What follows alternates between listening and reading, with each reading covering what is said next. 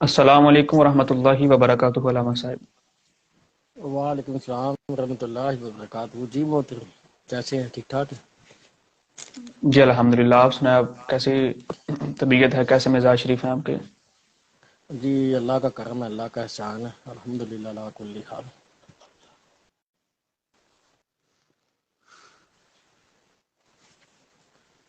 جی آواز آ رہی ہے میری؟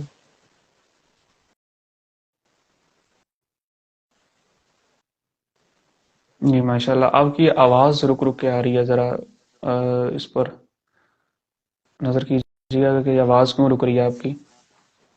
جی اب آئی ہے میری آواز؟ آپ کو آواز آ رہی ہے؟ جی اب مجھے آ رہی ہے آپ کی آواز۔ جی ہماری تو آپ کو آ رہی ہے، لیکن آپ کی ہمیں جو ہے نا بہت کمزور سے آواز آ رہی ہے، رک رک کر آ رہی ہے آواز آپ کی۔ جی اب آ رہی ہے میری آواز؟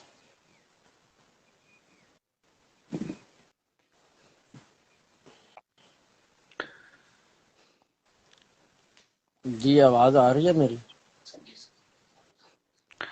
جی جی علامہ صاحب، اب آپ کی آواز آئی ہے۔ جیسا کہ آپ موضوع سے اچھی طرح واقف ہوں گے کہ آج کا جو ہمارا موضوع ہے، جس پر ہم کل بھی گفتگو کرتے رہے ہیں، تو میں اپنی جو پبلک ہے اسے یہی کہنا چاہوں گا کہ کل ہمارا پارٹ 1 تھا اور آج پارٹ 2 ہے، یعنی کہ وہی موضوع لے کر ہم پھر آپ کی خدمت میں حاضر ہوئے ہیں۔ علامہ صاحب انشاءاللہ تعالی عز و جل آج پھر جو فتنے وقت حاضر کا جو فتنہ ہے بہت بڑا، اس پر وہ پھر آج گفتگو کریں گے کہ یہ جو فتنہ ہے اس سے اتنی نفرت کیوں کی جاتی ہے، آخر اس کی کیا وجہ ہے، اس پر گفتگو انشاءاللہ تعالی عز و جل علامہ صاحب فرمائیں گے، تو آپ تمام حضرات ضرور سنیے گا تاکہ آپ کو وجہ بھی پتہ چل جائے کہ اس سے دور رہنا کتنا ضروری ہے، آخر اس سے نفرت کیوں کی جاتی ہے۔ جی علامہ صاحب اس پر ذرا روشنی ڈال دیجیے۔ جی الحمدللہ رب العالمین والعاقبۃ للمتقین والصلاۃ والسلام علی سید الانبیاء والمرسلین، اما بعد فاعوذ باللہ من الشیطان الرجیم، بسم اللہ الرحمن الرحیم، اما بعد۔ جی سب سے پہلے تو جو یہ ہمارے مرزا صاحب ہیں، ان کا تو جو ہمارا تقیہ کلام ہے یہ کہنا کہ بابے تے شے ہی کوئی نہیں، سب سے پہلے ہمیں اس کو سمجھنا پڑے گا، کیونکہ اس بندے نے جب یہ نعرہ سٹارٹ کیا تھا تو یہ حضرت امیر معاویہ رضی اللہ تعالیٰ عنہ کے خلاف سے سٹارٹ کیا تھا۔ کیونکہ وہ کہتا ہے کہ سابقون الاولون ہیں وغیرہ وغیرہ، اور آپ ان کو چھوڑ کے ان کا دفاع کر رہے ہیں، مولا علی رضی اللہ عنہ کو چھوڑ کے ان کا دفاع کر رہے ہیں، تو اس لیے اس بنا پر اس نے یہ کہا تھا کہ مولا علی جیسا ہے ہی کوئی نہیں، تو معاویہ تو شے ہی کوئی نہیں، جیسے کہتا ہے اللہ میرے اکبر۔ نبی سا ہے ہی کوئی نہیں، بابے تے شے ہی کوئی نہیں۔ دیکھیں جب اس لیول کی ایک بندہ سٹیٹمنٹ دے رہا ہے تو اس سے یہی توقع کیا جائے گا کہ یہ اس سٹیٹمنٹ میں آگے سے آگے ہی جائے گا، ٹھیک ہے؟ جیسے جی اس نے ریسنٹلی کچھ دن پہلے یہ سٹیٹمنٹ دی ہے، جب اس نے کہا تھا کہ امام حسن مجتبی رضی اللہ تعالیٰ عنہ کے خلاف ایک بیان ریکارڈ کروایا تھا کہ کیسے کسی نے سوال کیا حضرت معاویہ رضی اللہ عنہ کے بارے میں، تو اس نے یہ کہا تھا کہ جس نبی کو اللہ وحی کے ذریعے یہ فرما دے کہ یہ جماعت یہ باغی ہے یا جہنمی گروہ حضرت معاویہ رضی اللہ عنہ کو، ٹھیک ہے، اور اس کو اس امیر شام کو اگر حسن نے چھوٹ دے دی ہے یا کچھ مطلب کہ ان کو نواز دیا ہے یا ان کو حکومت دے دی ہے، تو یہ ریلیف دینا یہ کوئی اتنی بڑی بات نہیں ہے، کیونکہ کہتا ہے کہ کروڑوں حسن آ جائیں تو وہ شے ہی کوئی نہیں، نعوذ باللہ من ذالک، ٹھیک ہے؟ اللہ تو اکبر۔ نبی کریم کے مقابلے میں، ٹھیک ہے، آگے سے اس نے یہ بات کر دی ہے۔ اب دیکھیں اگر میں اس کو یہ کہوں کہ میرے نبی سا ہے ہی کوئی نہیں، مرزا دجال جیل میں شے ہی کوئی نہیں، تو آگے اس کو لگے کہ مرچیں، یہ کہ میری توہین ہو گئی ہے۔ اگر میں اس کو یہ کہہ دوں کہ یہ اس کی اولاد ہے جو گندے نطفے سے پیدا ہوا ہے، دیکھیں بات تو میں اللہ ٹھیک اکبر۔ کر رہا ہوں، بات تو ٹھیک ہے نا؟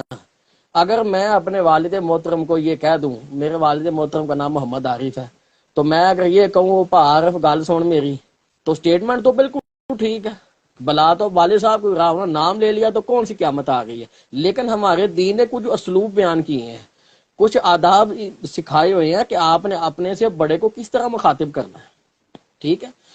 تو اس لیے کہ اب خود اس کی یہی اسٹیٹمنٹ ہے کہ اب دیکھیں جو اس کی یہ اسٹیٹمنٹ ہے کہ صرف قرآن جو ہے نا وہ وحی الہی ہے، اس کے علاوہ کوئی چیز وحی الہی نہیں، اس کی خود کی اپنی اسٹیٹمنٹ ہے۔ اور مثال کیا دیتا ہے، جیسے عبداللہ بن ابی کا نبی کریم نے جنازہ پڑھا تھا، وہ اللہ کی وحی سے پڑھا تھا، تو نعوذ باللہ من ذالک نقل کفر نہ باشد، اس خبیث انسان نے اس عمل کو بھی نبی کریم کے طرف منسوب کر کے یہ فرمایا کہ یہ نبی کریم علیہ السلام کی اجتہادی خطا تھی، نعوذ باللہ من ذالک۔ اللہ اب ان جو رافضی حضرات ہیں، یہ تفضیلی ہیں، یہ بغیرت ہے سب، یہ جب کنز علماء مفکر اسلام ڈاکٹر محمد اشرف فاضل جلالی صاحب دیدہ شرف نے جب یہ بات کی تھی سیدہ پاک سلام اللہ علیہ کے بارے میں، جو کہ عیب نہیں تھی، خطا اجتہادی والا جو معاملہ کیا تھا، جی ان جی پر بالکل ان سب بالکل اس وقت ان سب کو مطلب کہ میت بچ گئی تھی، تکلیف ہو گئی جی، سیدہ پاک کی توہین ہو گئی، آیات تطہیر مجروح ہو گئی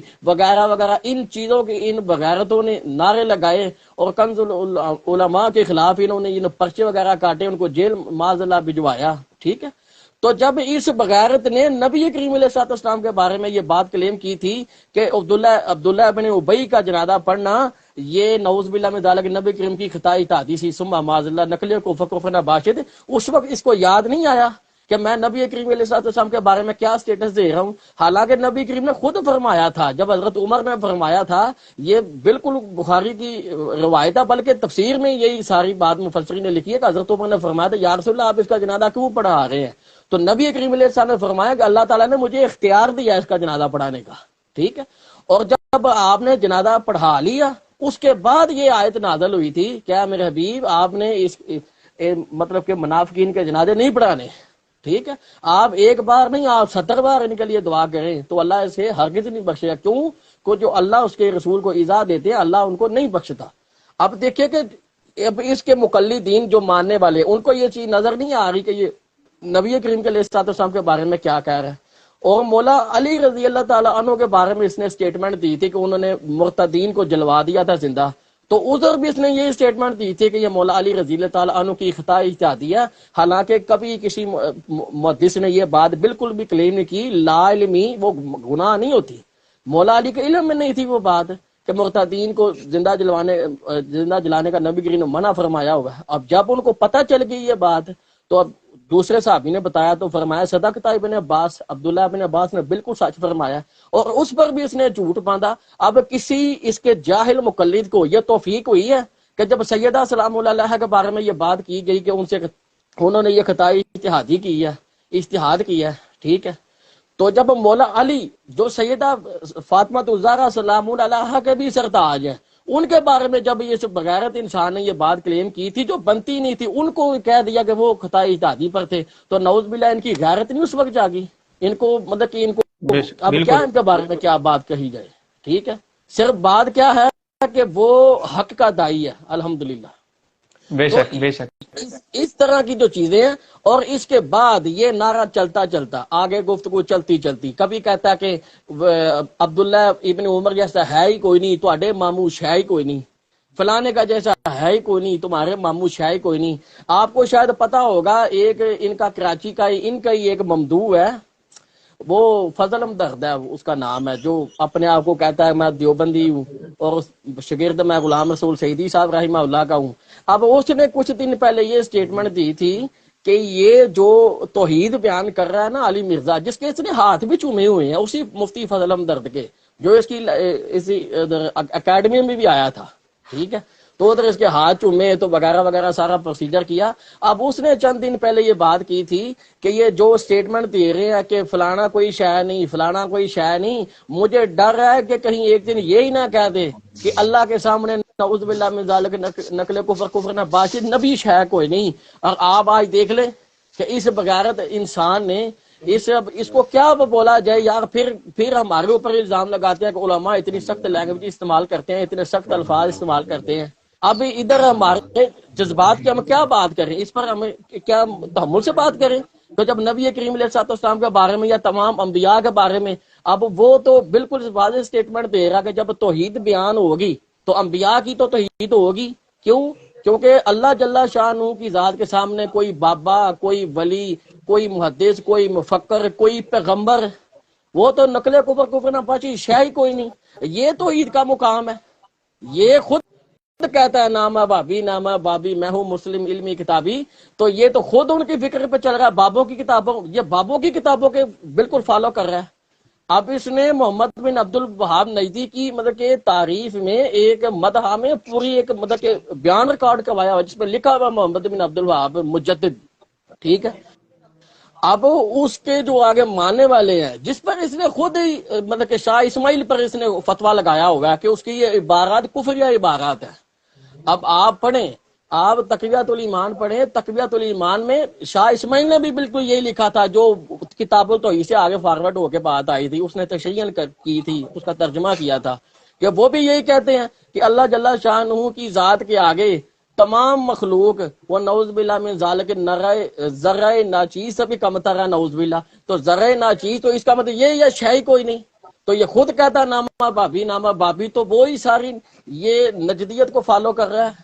خود ہی اسی کتاب پر اس نے فتویٰ لگایا ہوا ہے کہ جو تقویۃ الایمان ہے یہ بالکل یہ گستاخی اس میں نبی کریم کی ہوئی ہے شاہ اسماعیل نے، اور خود ہی وہ نعرے لگا رہا ہے. ٹھیک ہے. اب دیکھیں کہ نبی کریم علیہ الصلوۃ والسلام کی ذات و وراء الورا ہے. یہ بخاری کی 2691 نمبر حدیث ہے. جب نبی کریم علیہ الصلوۃ والسلام حضرت انس بن مالک رضی اللہ تعالیٰ عنہ فرماتے ہیں کہ نبی کریم علیہ الصلوۃ والسلام عبداللہ بن ابی کے پاس تشریف لے گئے اس کو سمجھانے کے لیے. تو جب نبی کریم اپنے گدھا مبارک پر سوار ہو کے اس کے پاس گئے تو ادھر گدھے مبارک نے پیشاب کر دیا. اب وہ عبداللہ بن ابی کہتا ہے کہ اے محمد اپنا گدھا پیچھے کریں، مجھے آپ کے گدھے کی بدبو سے اذیت پہنچی ہے. تو آگے سے نبی کریم کے غلاموں نے یہ نہیں کہا کہ یا رسول اللہ معاذ اللہ تھوڑا سا پیچھے کر لیں باقی گدھے کی بو آ رہی ہے. آگے تو انہوں نے یہ فرمایا عبداللہ بن ابی کو جو ساتھ میں صحابہ تھے، فرمایا اے خبیث ہمارے نبی کے گدھے کی بو تجھ سے پاکیزہ ہے. یہ تھا صحابہ کا انداز ناموس رسالت کے معاملے میں. اور آپ ان کے یہ جاہل ان کے مقلد ہیں، ان کا کیا اس پر رد عمل آیا؟ وہ تو اس کو ڈیفینڈ کر رہے ہیں. کیا یہ ہے مطلب کہ رسالت مآب صلی اللہ علیہ وسلم کا مقام؟ اللہ جل شانہ کی ذات واضح طور پر فرما رہی ہے کہ آپ نے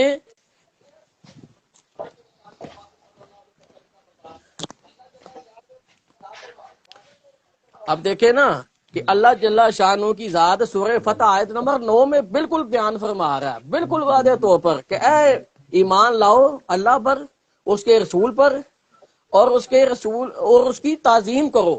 اللہ پر ایمان لاؤ، رسول پر ایمان لاؤ اور رسول اللہ کی تعظیم کرو اور ان کی توقیر کرو اور پھر تسبیح بیان کرو صبح و شام. ٹھیک ہے. اور سورۃ آل عمران میں آیت نمبر 31 میں اللہ جل شانہ کی ذات فرما رہی ہے کہ اے میرے محبوب فرما دو کہ اللہ سے محبت کرنا چاہتے ہو تو پہلے میری تابع داری کرو، پھر اللہ تم سے محبت کرے گا. اور یہ کہتا ہے کہ جب اللہ کی توحید بیان ہوگی تو انبیاء کی گستاخی ہوگی، نعوذ باللہ من ذالک. اب نبی کریم کے بارے میں اللہ تعالیٰ تو واضح طور پر فرما رہے ہیں کہ پہلے تم نے ایمان لانا اللہ کے اس کے رسول پر، اور پہلے رسول کی تعظیم کرنی ہے، اس کی توقیر کرنی ہے، پھر تسبیح بیان کرنی ہے صبح شام. اور یہ ذلیل کا بچہ کہہ رہا ہے کہ نعوذ باللہ جب توحید بیان ہوگی تو رسالت کی توہین ہوگی. کیوں؟ کیونکہ اللہ جل شانہ کے ذات کے آگے بھائی یہ ہے توحید کا معیار. کیا یہ اس کے متبادر یہ کہنا نہیں تھا چاہیے کہ اللہ جل شانہ ان کی ذات کے سامنے تمام مخلوق وہ عاجز ہے؟ کیا یہ کہنا چاہیے تھا؟ یہ اصل میں تو یہ کہنا چاہیے تھا کہ اللہ کے سامنے سب عاجز ہے. وہ تو ہم بھی مانتے ہیں. اب میں میرا دیکھے والد ہے، میں اپنی مثال دیتا ہوں. مجھے کو پوچھا یہ محمد عارف صاحب کون ہے تو میں اگر پنجابی میں کہہ دوں کہ یہ مطلب اب کیا بات کروں، کیا تو یہ میری ماں کا قسم ہے، یہ پنجابی میں بولوں گا نا. اب یہ میرے والد کی شان کے لائق ہے کہ میں اپنے والد کو ان الفاظوں سے استعمال کروں؟ میں کہہ سکتا ہوں اپنے والد کو. آگے سٹیٹمنٹ تو بالکل ٹھیک ہے. میں کہوں گا بالکل جیسے ہم کسی اگر کوئی بزرگ ہے اس کی آنکھ کا کوئی مسئلہ بن جاتا ہے، ٹھیک ہے، تو ہم اسے کہتے ہیں جی بابا جی یہ کانے کیا انجوئے ہو، ٹھیک ہے، تو یہ کہتا ہے بابا جی یہ آپ کو آنکھ کا مسئلہ کیسے بنا؟ ٹھیک ہے، اصل میں ہمارا دین بھائی اداب سکھاتا ہے. ٹھیک ہے، بے شک ہمارا دین تو ادب سکھاتا ہے. اب اللہ فرما رہا پہلے میرے نبی کی شانیں بیان کرو، پھر مجھ پہ تسبیح بیان کرو صبح و شام. پہلے میرے نبی کی آپ تعظیم کریں پھر اگلی بات کریں. اور یہ کہتا ہے کہ جب مطلب کہ سارے معاملات توحید بیان ہوگی تو رسالت کی تو توہین ہوگی، نعوذ باللہ من ذالک. اب اس کی خود کی سٹیٹمنٹ ہے صحابہ کرام رضوان اللہ اجمعین کے بارے میں. اب یہ خود کہتا ہے کہ جنہوں نے مولا علی رضی اللہ تعالیٰ عنہ کا ساتھ نہیں دیا وہ نعوذ باللہ گونگے شیطان تھے. اب آپ تصور کریں کہ مولا علی کا ساتھ تو ہزارہ صحابہ نے نہیں تھا دیا نعوذ باللہ. وہ نہ امیر معاویہ کی سائڈ پر تھے نہ مولا علی کی سائڈ پہ تھے. اب یہ صحابہ کے بارے میں کیا سٹیٹمنٹ دے گا؟ اس شخص سے ہم کیسے محبت کریں؟ وہ جو میں نے لاسٹ ٹائم بات کی تھی محمد بن سیرین رحمت اللہ علیہ والی، وہ ایک شخص ان کو آگے کہتا میں آپ کو حدیث سنانا چاہتا ہوں، تو وہ آگے سے کہتا ہے میں تجھے نہیں سنوں گا کیونکہ تو بد مذہب ہے. ٹھیک ہے، اگر تو کوئی ایسی حدیث بیان کرے گا، ایسی تعویل کرے گا، میرے دل میں اتر جائے گی، میں گمراہ ہو جاؤں گا. اب جب اس طرح کی اس کی سٹیٹمنٹ ہوگی تو ہم اس سے کیسے محبت کریں گے؟ اس کو کیسے اس سے رہنمائی لیں گے؟ ٹھیک ہے، اس طرح کی جی بہت جی سی مثالیں دی جا سکتی ہیں. اور نبی کریم علیہ الصلوۃ والسلام کے بارے میں یہ کلیم کرنا، اور خود اس کے یہ اس کا فتویٰ خود اس پر لگ رہا ہے. جو اس نے آج سٹیٹمنٹ دی ہے نا چند دن پہلے کہ جب توحید بیان ہوگی تو رسالت کی توہین تو ہوگی. کیوں؟ کیونکہ اللہ جل شانہ کی ذات کے سامنے تو ساری مخلوق نعوذ باللہ نقل کفر نہ باقی شے ہی کوئی نہیں.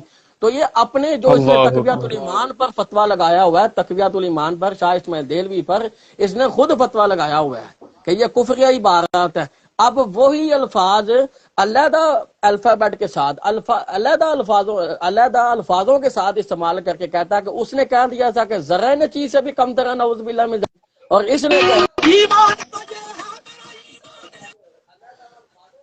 آواز آ رہی میری؟ جی جی آ رہی ہے. علامہ صاحب آپ سے گزارش ہے کہ جب پروگرام ہو رہا ہو تو آپ کوشش کیجئے کہ جو ہے نا اسے فلائٹ موڈ پر لگا دیا کرے فون کو.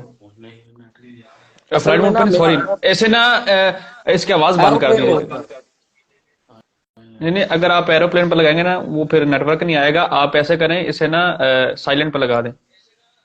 جی جی جی سمجھ آ رہی مجھے. جی ٹھیک ہو گیا. اصل میں نا میں نے وہ عبد الرحمان صاحب کو بولا بھی تھا قاری صاحب کو کہ میرا وائی فائی نیچے لگا ہوا ہے، میری لائبریری اوپر ہے، تو اس لیے بعد کا نیٹ کا مسئلہ آتا ہے، پھر مجھے ڈاٹا چلانا پڑ جاتا ہے. ابھی بھی میں نے وائی جی فائی چلایا تھا لیکن سگنل نہیں تھا ٹھیک آ رہی، اس لیے میں نے پھر اپنا ڈاٹا چلا لیا. ٹھیک.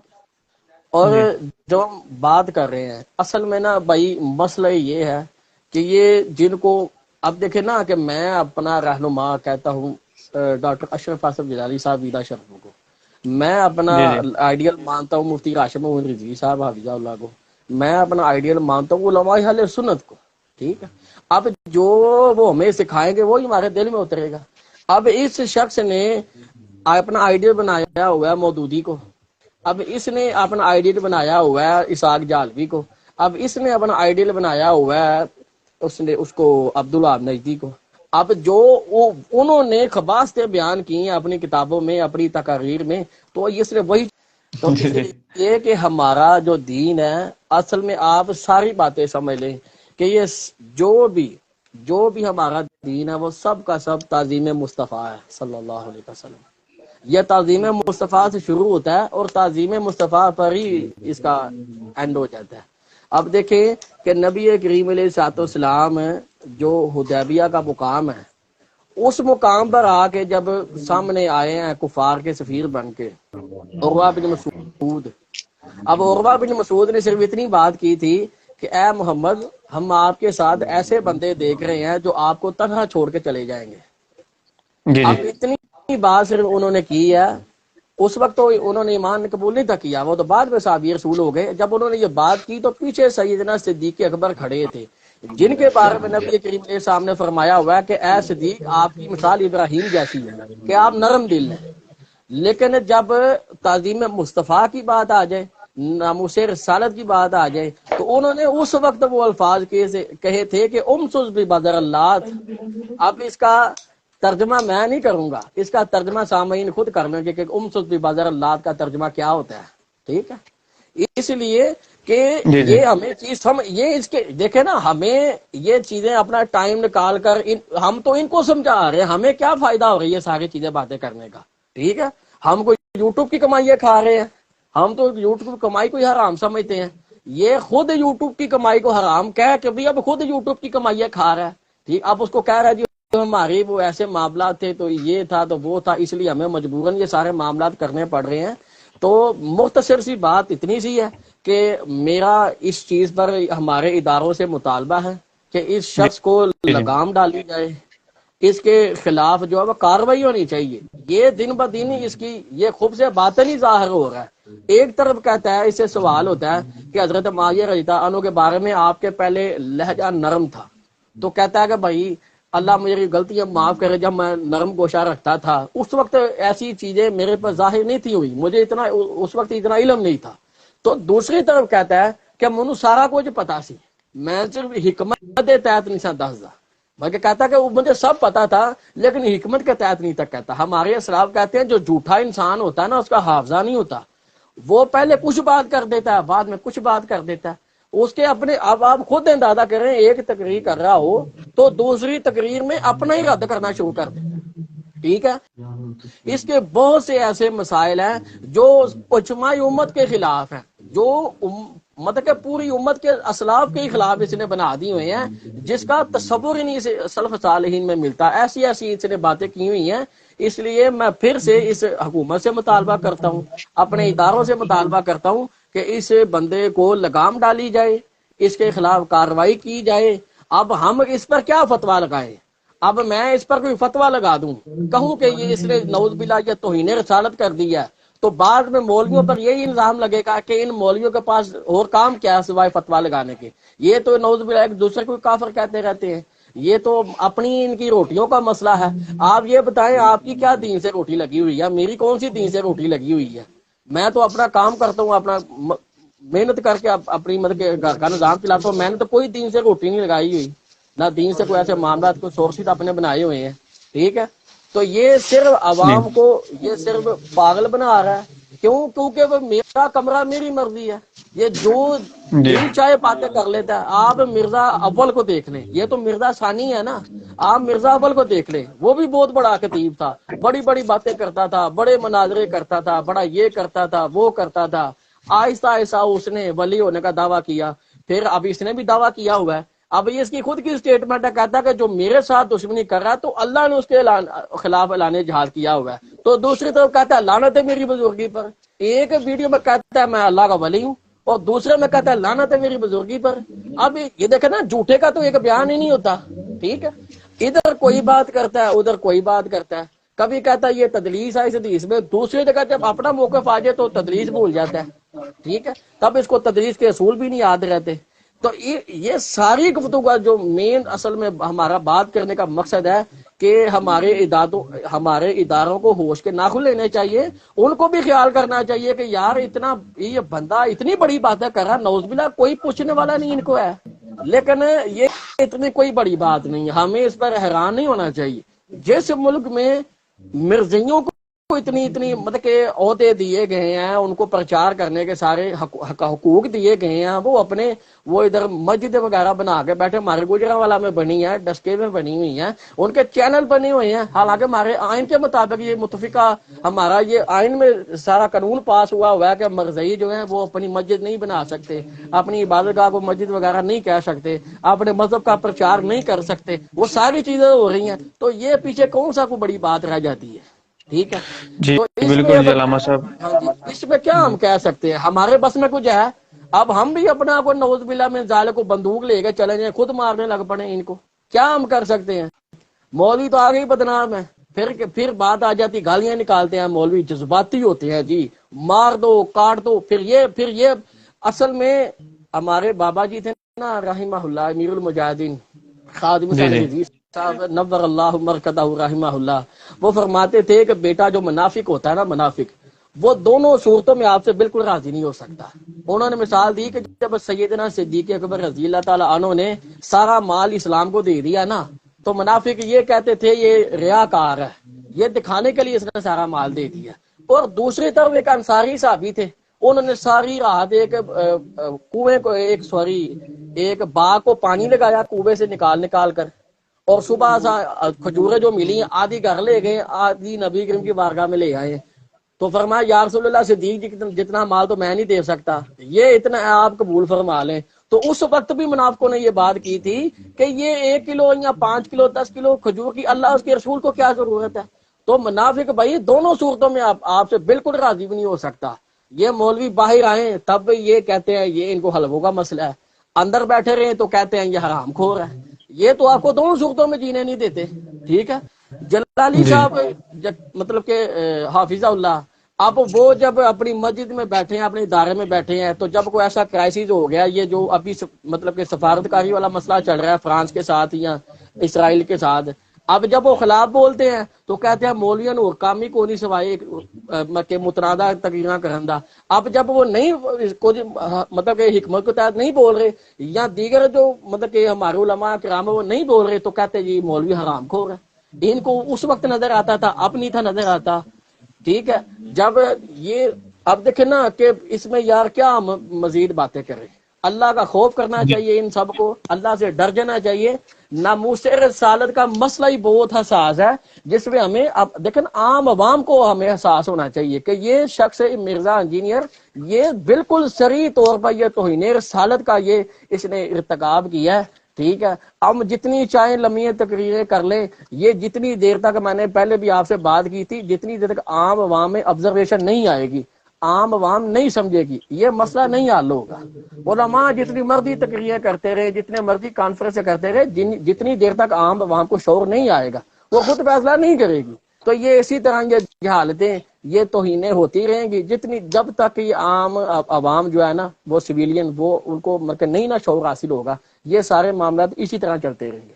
بس اتنی سی بات ہے. جی علامہ صاحب ماشاء اللہ آپ نے بہت اچھی گفتگو فرمائی. اللہ پاک آپ کو مزید برکتیں عطا فرمائے اور زندگی کا ہر موڑ پر کامیابیاں عطا فرمائے. جیسا کہ ہمارے ناظرین سن رہے تھے کہ علامہ صاحب نے بہت ہی اچھی گفتگو کی اور بتایا عوام الناس کو کہ یہ جو دین کا ٹھیکیدار بن کے بیٹھا ہوا ہے مرزا محمد علی انجینئر، یہ اس دور کا بہت بڑا ایک سمجھ لے کہ دجال سمجھنے سے، ٹھیک ہے، بہت بڑا فتنہ ہے یہ. تو اللہ پاک ہم سب کو اس سے محفوظ فرمائے. تو اب ہم اختتام کی جانب بڑھتے ہیں. ناظرین انشاءاللہ عز و جل کریم ہماری جو دعا ہے وہ شروع ہونے والی ہے. تو آپ یہ جو تمام باتیں سنتے ہیں اس سے ضرور اپنے ذہن میں محفوظ کیا کریں اور اس سے آگے شیئر بھی کیا کریں کہ ہم نے آج اس بندے کے بارے میں یہ انفارمیشن حاصل کی ہے. تو تاکہ شیئر کرنے سے فائدہ یہ ہوگا کہ جو دوسرے بندے ہیں وہ محفوظ رہ سکیں گے جنہیں نہیں پتا. بعض اوقات اس طرح ہوتا ہے کہ کچھ لوگ ایسے ہیں جنہیں پتہ نہیں ہوتا، وہ سن لیتے ہیں کچھ مسائل اس کے، تو وہ اس پر ایگری ہو جاتے ہیں اور اس کا لوگوں کا ذہن اس کے اوپر مطمئن ہو کے بالکل یقین پر جو ہے نا آ جاتا ہے کہ یہ بندہ بالکل ٹھیک کہہ رہا ہے. تو علامہ صاحب آپ سے دعا کی اپیل ہے کہ آپ دعا فرما دیں. اصل میں صرف ایک چھوٹی سی بات کروں گا کہ جو یہ مرزا انجینئر والا معاملہ ہے نا وہ صرف اتنا صحیح ہے کہ اگر دیکھیں نا، میں نے بھی کچھ ٹائم اس کو جو نا بالکل فالو کیا ہوا ہے، میں بھی اس سے بڑا متاثر تھا. دیکھیں نا جب عام بندے کے سامنے سارے ریفرنس دیے جائے گے نا، یہ بخاری میں لکھا ہوا ہے، یہ فلاں کتاب میں لکھا ہوا ہے، تو وہ ظاہری بات ہے وہ تو مان لے گا. ہماری عوام تو ہے ہی ویسے بڑی بولی ہے صرف اپنے معاملات میں، دین کے معاملات میں باقی بڑی بولی ہے، ان کو بالکل بھی کوئی چیز سمجھ نہیں آتی، یہ بڑی جلدی امپریس ہو جاتے ہیں اور کسی کے ساتھ بھی. یہ ان کو اگر اہل بیت رضوان اللہ اجمعین کی ذات کا جھوٹی محبت کا چورن ان کو کھلایا جائے نا، بڑے خوش ہو کے کھاتے ہیں. ٹھیک ہے. لیکن جی بس ان کو سمجھنا چاہیے اور پڑھنا چاہیے، کم از کم یار کاؤنٹر چیک کرنا چاہیے. سب سے بڑا جو فتنہ ہے نا اس دور کا، ٹھیک ہے، وہ یہی ہے کہ ہم تمام جو عام سویلین ہے نا وہ ترجمے پر اتفاق کر لیتے ہیں. حالانکہ ترجمے میں بڑی بڑی ڈنڈیاں انہوں نے ماری ہوئی ہیں، خاص کر تو اس کے پمف لیٹر میں اتنے ایسے ایسے ترجمے کیے ہوئے ہیں جو بنتے ہی نہیں ہیں. زیادہ تر اس نے اپنے جو مطلب کہ اس نے ساری تحقیق کی ہوئی ہے نا، آپ یقین کریں، یہ دیکھیں پمف لیٹر ہے اس کا. اب اس میں اس نے آدھی حدیثیں ترجمہ لکھا ہوا ہے اور آدھی حصوں میں بریکٹ ہی بریکٹ لکھی ہوئی ہے. ہر حدیث کی ہر مت کے تشریح میں اس نے اتنی بریکٹیں لگائی ہوئی ہیں، اپنے الفاظ اتنے شامل کیے ہوئے ہیں جس سے یہ انسان کو گمراہ کرتا ہے، ترجمے بھی تعریف وغیرہ کرتا ہے. تو اس لیے اس کے پمف لیٹر کو بھی جو پڑھتا ہے نا اس کو پھر اصل کتابوں میں دیکھنا چاہیے. تو اصل کتابوں کو دیکھنے کا تو کسی کے پاس ٹائم نہیں ہے. تو میں کہتا ہوں اگر کتابیں پڑھنے کا ٹائم نہیں ہے تو پھر مفتی بھی نہ بنے، پھر آپ گھر بیٹھے، پھر صرف آپ نمازیں پڑھیں اور اللہ کو یاد کریں، نبی کریم علیہ الصلوۃ والسلام کے ہر بال مبارک پر کروڑوں درود پڑے، پھر آپ ان مسئلوں میں نہ آئیں، پھر اپنا ایمان محفوظ کریں، ٹھیک ہے؟ تو باقی اب ہم اللہ سے دعا کرتے ہیں کہ اللہ ہمارے ادھر آمین بیٹھنا، یہ بٹھانا اپنی بارگاہ میں قبول و منظور فرمائے، اور اس آمین دور حاضر کے فتنے سے سب کو جو ہے نا روح آشنائی حاصل ہو، ٹھیک ہے؟ سب کو پتا چلے، سب پڑھیں اس کو، ٹھیک ہے؟ تو پھر انشاءاللہ اس کا یہ سارا معاملہ بالکل ختم ہو جائے گا، جتنی دیر تک عام عوام نہیں نہ سمجھے گی، ان چیزوں کو نہیں سمجھے گی، ٹھیک ہے؟ اور یہ علماء سے نہیں رابطہ کرے گی، یہ جہالت اسی طرح پھیلتی رہے گی۔ اللہ نے فرمایا کہ جب تمہیں اختلاف ہو، اللہ کی طرف رجوع کرو، اس کے رسول کی طرف رجوع کرو۔ تو اول الامر سے مراد علماء ہے۔ علماء کے پاس ہم جاتے نہیں، ہم درباروں پہ جاتے ہیں، ملنگوں سے جا کے پوچھتے ہیں دین، ہاں بھائی کنیاں نمازاں پڑھی ہیں نہیں، یا نمازوں کے ان سے مسئلے نعوذ باللہ پوچھتے رہتے ہیں۔ تو جتنی دیر تک ہمارا تعلق علماء سے نہیں ہوگا بھائی، یہ ایسی جہالتیں پھیلتی رہیں گی۔ بس اتنی سی بات ہے، علماء کے ساتھ دامن وابستہ کر لیں۔ یار آپ ایک عالم کے پاس جائیں، اگر وہ آپ کو لگتا ہے اس نے غلط بات کیا، دوسرے کے پاس جائیں، تیسرے کے پاس جائیں۔ اگر آپ تک دین سیکھنا چاہتے ہیں، دیکھیں صحابہ ایک ایک حدیث میں آتا ہے ایک ایک مہینے کا سفر کیا کرتے تھے ہمارے اسلاف، ایک حدیث کو ڈھونڈنے کے لیے ایک ایک مہینے کا سفر انہوں نے کیا۔ اور ادھر ہمارا بندہ ادھر گجرانوالہ سے لاہور جانے کے لیے تیار نہیں ہے، میرے کو ٹائم ہی کوئی نہیں، ساڑا کاروبار دا مسئلہ ہے۔ تو اب تمہارے پاس اگر دین سیکھنے کا ٹائم نہیں ہے تو مفتی بننے کا تمہارے پاس ٹائم کیوں ہے؟ دین میں اپنی تشریحات کرنے کا تمہارے پاس ٹائم کیوں ہے؟ بس اتنی سی بات ہے، جس دن ہماری قوم دین کے معاملات میں دخل اندازی کرنا بند کر دے گی نا، انشاءاللہ تعالی یہ دین دوبارہ سے انشاءاللہ غالب ہو جائے گا۔ یہ انشاءاللہ۔ ہماری دین کے مصطفیٰ کا زوال ہی سب سے بڑا مسئلہ ہے کہ ہر بندہ ہی مفتی ہے۔ موچی بھی اپنے وہ اڈے پر بیٹھ کے نا مفتی بنا ہوتا ہے، ڈاکٹر اپنے اڈے پر بیٹھ کے مفتی بنا ہوتا ہے، فلاں اپنی جگہ پر اپنی، ہر بندہ وہ یہی کہتا ہے کہ میں بھی اپنی گدی کا وعدہ لا شریک ہوں، نعوذ باللہ من۔ ہر بندے کی یہی اسٹیٹمنٹ ہے کہ مجھ سے زیادہ دین کسی کو نہیں آتا، اور دین وہی ہے جو نبی کریم علیہ الصلوۃ والسلام نے فرما دی ہے۔ اور ہمیں ان جیسے لوگوں کے جو شیطانی شر ہے ان سے بچنا چاہیے۔ بس اتنی سی بات ہے کہ ان کے فالوور کو سوچنا چاہیے، یار یہ بندہ کیا باتیں کر رہا ہے، نعوذ باللہ من ذالک، ان کو سوچنا چاہیے